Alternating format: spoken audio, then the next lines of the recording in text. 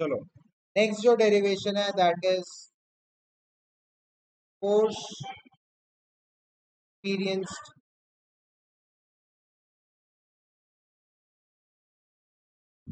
by two current carrying conductors.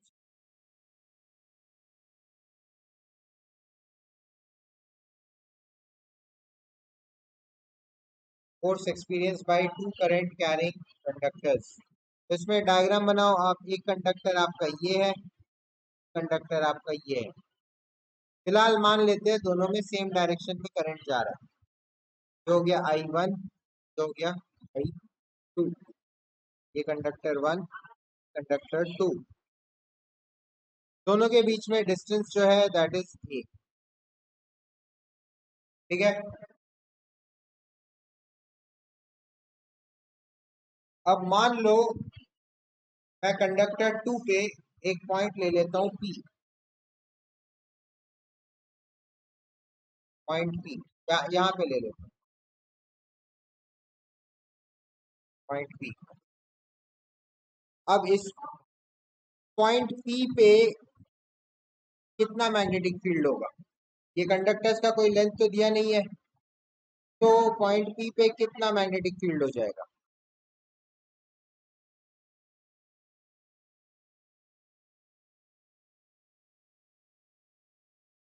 Infinite वाला लेंगे हम लोग, है ना। इनफाइनाइटली लॉन्ग कंडक्टर के लिए जो भी पॉइंट P पे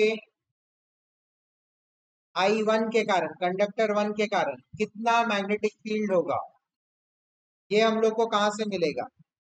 हम लोग पढ़े थे magnetic field due to infinite long conductor क्या होता है? म्यू नॉट बाई 4 पाई, नीचे ए रहता है और उसके ऊपर sin 90 ये वाला याद है ना। दोनों अल्फा और बीटा 90 हो जाते हैं, तो sin 90 1 हो जाता है, ऊपर 2 आ जाता है। तो हमने पढ़ा था म्यू नॉट 2I/4 पाई है, यही पढ़ा था हमने। बाद में 2 और 4 कट जाता है तो 2 पाई बचता है नीचे, ये और ये कट जाता है तो नीचे हमारे पास बचता है 2। ठीक है, ये क्या था? Magnetic field due to infinite long straight conductor. हमने इसका डेरिवेशन कर लिया ऑलरेडी। ठीक है, तो ये वाला फॉर्मूला यूज करेंगे। तो P पे P at P due to conductor 1, BP1 क्या हो गया? B at P due to conductor 1। अच्छे समझो, magnetic field at P due to conductor 1। इस मैग्नेटिक फील्ड का रीजन कौन है? कंडक्टर 1। तो यहाँ पे हो जाएगा म्यू नॉट, I में क्या आएगा? I1 आएगा, फिर कंडक्टर 1 में I1 जा रहा है, डिवाइडेड बाई 2 पाई A होगा। अब नेक्स्ट है फोर्स। फोर्स का क्या फॉर्मूला हमने डिराइव किया? फोर्स ऑन 2 ड्यू टू 1, ये समझ में आया? F21 मतलब फोर्स ऑन 2 ड्यू टू 1। नीचे जो भी लिख रहा हूँ वो ड्यू टू है, ये याद रखना। ठीक है, force on conductor 2 due to 1 equal to conductor 2 में जितना करंट जा रहा है। इस चीज को अच्छे से देखो, यहाँ 1 और 2 का बहुत कंफ्यूजन होता है। नहीं तो यहाँ पे हमने P पे B फाइंड कर लिया, BP1 क्यों लग रहा है? कंडक्टर 1 के कारण लग रहा है, तो BP1 में I1 है। बट अब फोर्स में I L वाला जो फॉर्मूला लगाएंगे उसमें कौन सा करंट लेंगे? कंडक्टर 2 वाला करंट लेंगे। बी तो हमने ऑलरेडी फाइंड कर लिया है, 1 के कारण जो बी बन रहा है उसको ऑलरेडी फाइंड कर लिया है। ये रहा हमारा 1 के कारण बी। अब फोर्स क्या लगेगा? I2 into L2 cross B2। Sorry BP1 यही होगा। अच्छे से समझो इस चीज को। Current in conductor 2 multiplied by length of conductor 2 cross magnetic field due to conductor 1 BP1। आए समझ में? यहाँ 1 और 2 का बहुत कंफ्यूजन हो जाता है अगर ध्यान नहीं दो। ठीक है, तो अब आप बताओ, यहाँ पे कंडक्टर 1 के लिए जो मैग्नेटिक फील्ड रहेगा वो कैसे रहेगा, किस डायरेक्शन में रहेगा, ऊपर नीचे दाएं बाएं, into the plane out of the plane, कैसे रहेगा? राइट हैंड रूल लगाओ। इनटू द प्लेन रहेगा करंट के डायरेक्शन में। ऐसे थंब को रखो तो यहाँ पे कैसे, ये इनटू द रहेगा, ये ड्रैकुला के हाथों में इनटू द प्लेन रहेगा। तो मेरे को डायरेक्शन भी पता चल गया मैग्नेटिक फील्ड का, इनटू द प्लेन रहेगा, है ना? यहाँ पे इस तरह से रहेगा इनटू द प्लेन। और लेंथ एलिमेंट कैसा रहेगा, L2 का डायरेक्शन क्या रहेगा, अपवर्ड रहेगा कि लेंथ का डायरेक्शन क्या रहता है, करंट के सेम रहता है। लेंथ वेक्टर जो रहता है वो करंट के सेम रहता है, पिछले डेरिवेशन में हमने किया। तो दोनों के बीच में एंगल कितना बनेगा, L अपवर्ड है और magnetic field into the plane है, तो 90 डिग्री में ना दोनों के पीछे। तो क्रॉस प्रोडक्ट में जो साइन थीटा आएगा वो साइन 90 आ जाएगा। इतना है समझ में? तो मैं इसको लिख सकता हूँ F on 2 due to 1 is equal to I2 L2 BP1 sin 90 लिख सकता हूँ, है ना? कि थीटा 90 डिग्री हो गया। अब मैं वैल्यूज रख दूंगा, F on 2 due to 1 is equal to I2 L2 BP1 क्या था, mu naught I1 by 2 by A। मैं BP1 का वैल्यू यहाँ से पुट कर दिया और साइन 90 होता है 1। ठीक है, तो मेरा पूरा पूरा एक्सप्रेशन क्या हो जाएगा, F on 2 due to 1 is equal to, अब मैं थोड़ा रीअरेंज कर ले रहा हूँ, mu naught by 2 pi I1 I2 by A, और उसको आपने मल्टीप्लाई कर दिया L2 से। ठीक है, तो फोर्स पर यूनिट लेंथ, अब ये तो फोर्स ऑन टोटल कंडक्टर आ गया, कंडक्टर 2 पे कितना लग रहा है। देयरफॉर अगर मैं L2 को नीचे लेके आ जाऊं F21 डिवाइडेड बाई L2, ये क्या हो जाएगा, फोर्स पर यूनिट लेंथ हो जाएगा। पूरे कंडक्टर में F21 लग रहा है, लेकिन मैं अगर लेंथ से डिवाइड कर दूं क्या हो जाएगा, force per unit length, Newton पर मीटर, है ना? तो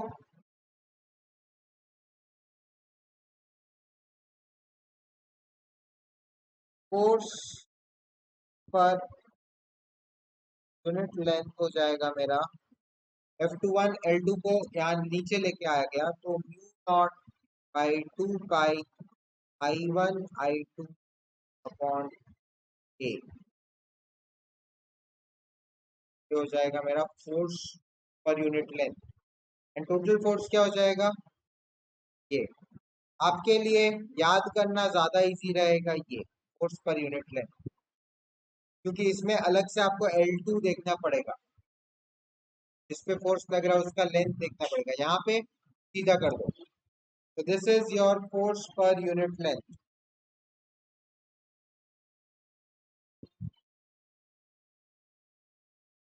सिमिलरली अब देखो, अब 1 कंडक्टर 1 का करंट मैग्नेटिक फील्ड बना के 2 पे जितना फोर्स लगा रहा है उतना ही फोर्स 2 का करंट 1 पे लगाएगा। Every action has equal and opposite reaction, Newton third law, है ना? तो F21 पर यूनिट लेंथ जो आया, पर यूनिट लेंथ जो आया वही सेम हो जाता है F12, F on 1 due to 2। आ रहा है समझ में? Newton's third law. तो दोनों एक दूसरे पे इक्वल फोर्स लगाएंगे, जो कि मिलेगा आपको इस फॉर्मूला से। समझ में आ गया? अब एक चीज ध्यान से सोच के बताना, ये आप लोग को बताना है। डेरिवेशन एक बार स्टार्टिंग से बता दे रहा हूँ, लास्ट में मैं डायरेक्शन का बताऊंगा। डायरेक्शन आप लोग को ध्यान रखना है।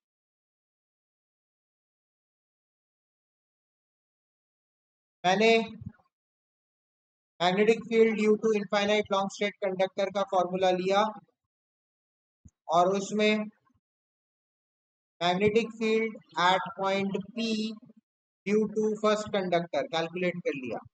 You naught by two pi I one by A आया। अब दूसरा मैंने फॉर्मूला लिया F is equal to I L cross B. तो force on two due to one, नीचे जो भी है वो ड्यू टू है। फोर्स ऑन कंडक्टर टू ये है राइट वाला, और कंडक्टर वन लेफ्ट वाला, ठीक है। Force on two due to one is equal to I two, मतलब कंडक्टर टू से जितना करंट जा रहा है, into L two. L two मतलब length of the second conductor, into BP one, magnetic field due to one. तो मैंने ये वैल्यू लिखा बीपी वन के जगह, और एंगल हो जाएगा आपका, बी का एंगल है इनटू द प्लेन और एल का एंगल है वर्टिकली अप, तो 90 डिग्री। तो 90 एंगल हो जाएगा, और एफ टू वन आ गया मेरा I two L two mu naught I one by two pi A into one. इसको रीअरेंज कर दिया मैंने, मेरा ये आ गया। एल टू को मैं नीचे लेके चला गया, एफ टू को, तो फोर्स पर यूनिट लेंथ आ गया मेरा you naught by two pi I one I two by ए।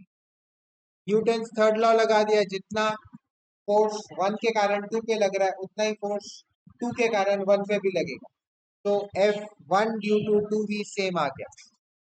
ये पर यूनिट लेंथ है, ये भी पर यूनिट लेंथ है। अब मैं आपको डायरेक्शन का बता दूं। डायरेक्शन ध्यान से देखो।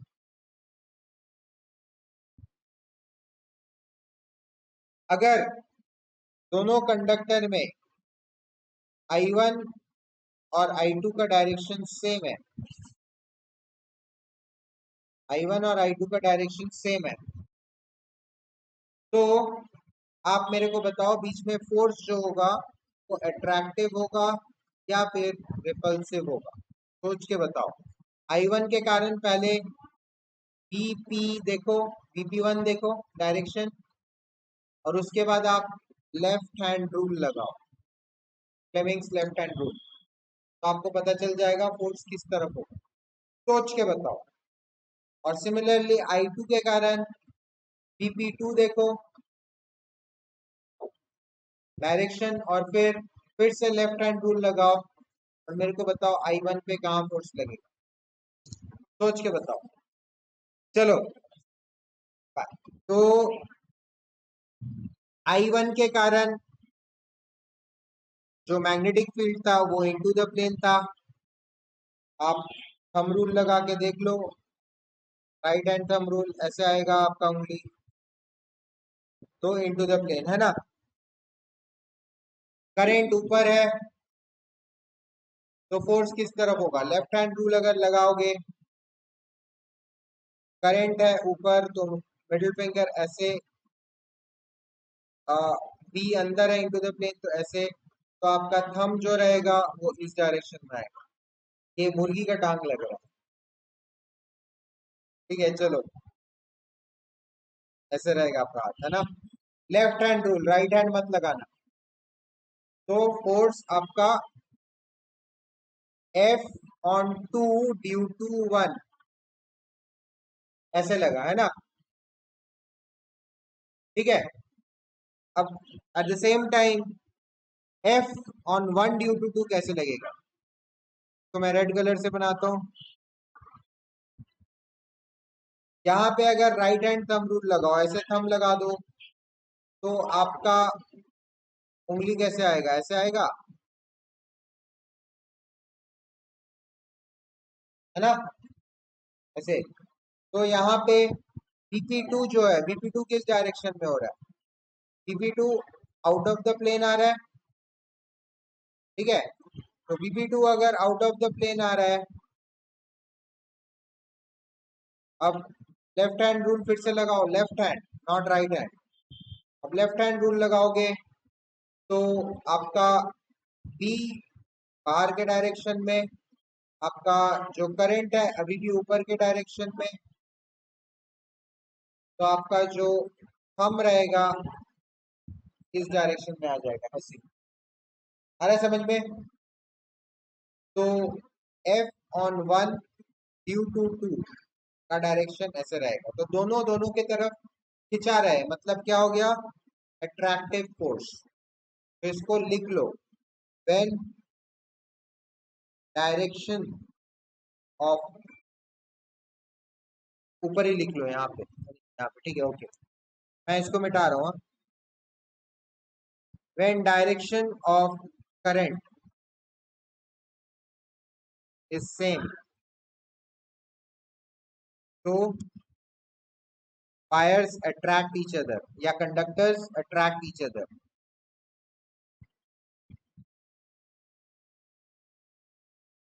And when direction of current is opposite, तो वायर्स रिपेल ईच अदर। एक बार करके देख लो, रिपेल वाला भी करके देख लो। करंट अगर ऑपोजिट रहता,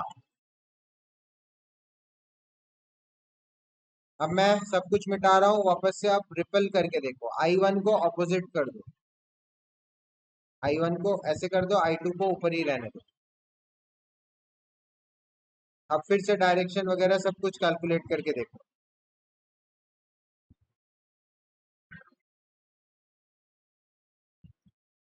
चलो बता देता हूँ। I1 के कारण BP1 क्या हो जाएगा, राइट हैंड थंब रूल लगाओ। आपका राइट हैंड थंब रूल कैसे बनेगा, थंब ऐसे हो गया, तो BP1 कैसे रहेगा,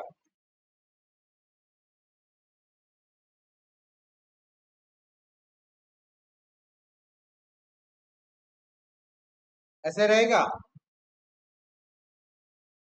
तो क्या हो गया, ये आउट ऑफ द प्लेन हो गया राइट हैंड थंब रूल लगा के। अब लेफ्ट हैंड रूल लगाओ। लेफ्ट हैंड रूल में आपका मैग्नेटिक फील्ड बाहर की तरफ, तो इंडेक्स फिंगर बाहर, करंट है ऊपर की तरफ, तो इंडेक्स फिंगर ऐसे, तो फोर्स कहाँ लगेगा, इस डायरेक्शन में लगेगा, F on 2 ड्यू टू 1, है ना। अब सिमिलरली दूसरा वाला करते हैं, ये समझ में आया ना। अब दूसरा वाला, I2 के कारण I1 पे BP2 का क्या डायरेक्शन रहेगा, लगाओ, मैं ब्लू कलर से करता हूँ, थंब रखो, तो यहाँ पे कैसे आएगा,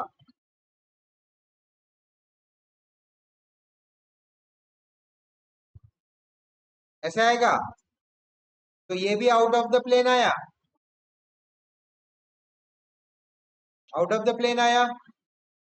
अब आउट ऑफ द प्लेन में अब लेफ्ट हैंड रूल लगाओ, इंडेक्स फिंगर ऐसे, ठीक है, करंट ऐसे नीचे, करंट ऐसे, तो थंब कैसे जाएगा, ऐसे जाएगा, है ना। तो आपका फोर्स कैसे लगा, F on 1 ड्यू टू 2, ऐसे लगा। तो इन दोनों को अगर देखोगे तो क्या हो गया, ये रिपल्सिव फोर्स हो गया। तो ये भी लिख लो, अब इसे लिखा ही दिया था, when direction of current is opposite, wires repel या कंडक्टर्स रिपल। ये इम्पोर्टेंट है, आपको न्यूमेरिकल करते वक्त ये ध्यान रखना पड़ेगा, बेस न्यूमेरिकल्स भी आते हैं।